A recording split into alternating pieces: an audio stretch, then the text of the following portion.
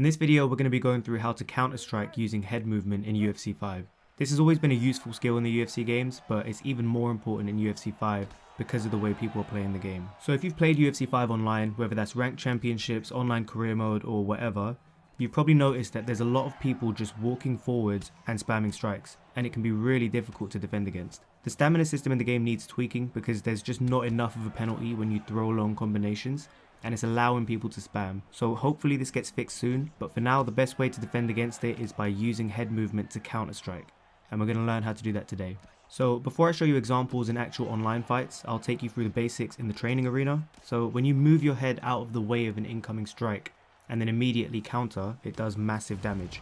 There's a few ways to do this. The first way to do this is by flicking the left stick in any direction. So when I flick the left stick in any direction, you can see I'm like slightly moving in that direction.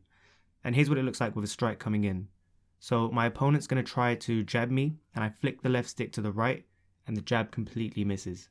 If he tries to throw a hook, I flick the left stick back away from him, and the hook completely misses. This is all about getting the timing right, so if you flick the stick too early or too late, the strike's still going to land. And then of course you want to combine this slip with a quick counter, and usually when I use this left stick slip, I like to throw a hook as a counter. So to summarize, if your opponent is throwing a straight strike like a jab or even a front face kick, flick the left stick either left or right to make him miss. If it's a round shot coming in like a hook, flick the left stick back away from them to make them miss. The other way to slip strikes is by using the right stick. You probably noticed that moving the right stick moves your fighter's head around like this. And using this method is essentially the same principle as what we just went through. When your opponent throws a straight strike, you want to move the right stick either left or right to slip and then come back in with a hook while your opponent's vulnerable. If they throw a round strike like a hook, you can push the stick forward to duck under the strike or back to pull away from the strike. And to counter, you want to throw a quick strike like a hook or an uppercut. You can also evade head kicks using the right stick, so you can completely duck under the roundhouse or move out of the way of a front kick. And one last thing, you can do what's called a major lunge, which looks like this.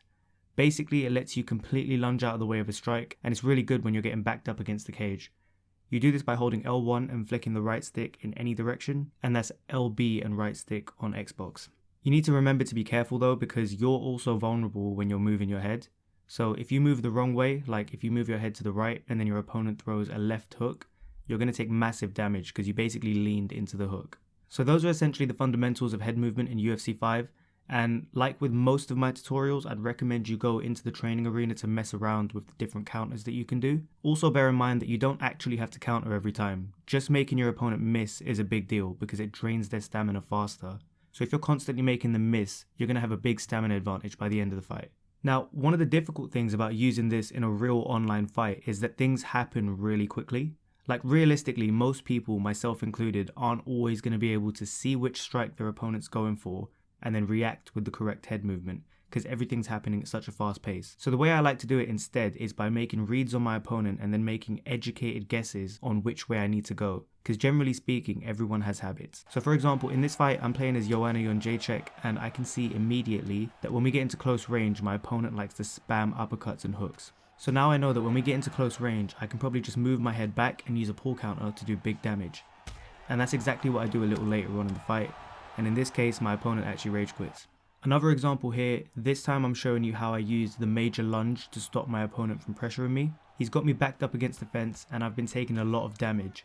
So I wait for an opening and lunge to the side. Now I'm not on the fence anymore and I have a lot more room to work with. And now I want to quickly go through how you can deal with an opponent that's using head movement against you. And the main thing you can do is use a variety of combos. If you started your combo with a jab last time, then start it with a hook next time. Or if you started with a hook last time, maybe start with a body shot next time. Your opponent's looking for patterns and habits in your striking, so you need to make it as hard as possible for them to predict what you're going to do next. And then if you're patient, eventually you'll catch them leaning into one of your strikes and it's going to do a lot of damage. Another thing you can do is make reads on your opponent's head movement. So for example, at the start of this fight, I noticed that my opponent likes to duck down when we're at kicking range. So I think he's hoping that I go for a roundhouse to the head and then he can duck under it. And I saw him do this a few times in the fight, so every now and then when we were at kicking range, I'd throw a front kick to the face. And later on in the fight, I caught him with one of these and he leaned down into it. Now he didn't get rocked this time just because he was still blocking while he moved his head down, but it still did some nice damage and now it makes him think twice about using that head movement in the future. I stayed patient for the rest of the fight, varying my combos so it wasn't easy for him to predict what I was going to do next. and eventually I finally caught him in round 3. I catch him with an uppercut that rocks him, and then he leans into my left hook which rocks him again. And then finally I catch him slipping again, and this time I'm able to get the finish. Hopefully that kind of gives you some insight into the kinds of things you need to be thinking about when using head movement, but also what you need to do when defending against it. That's everything for this video. Thanks for watching and subscribe for more tutorials.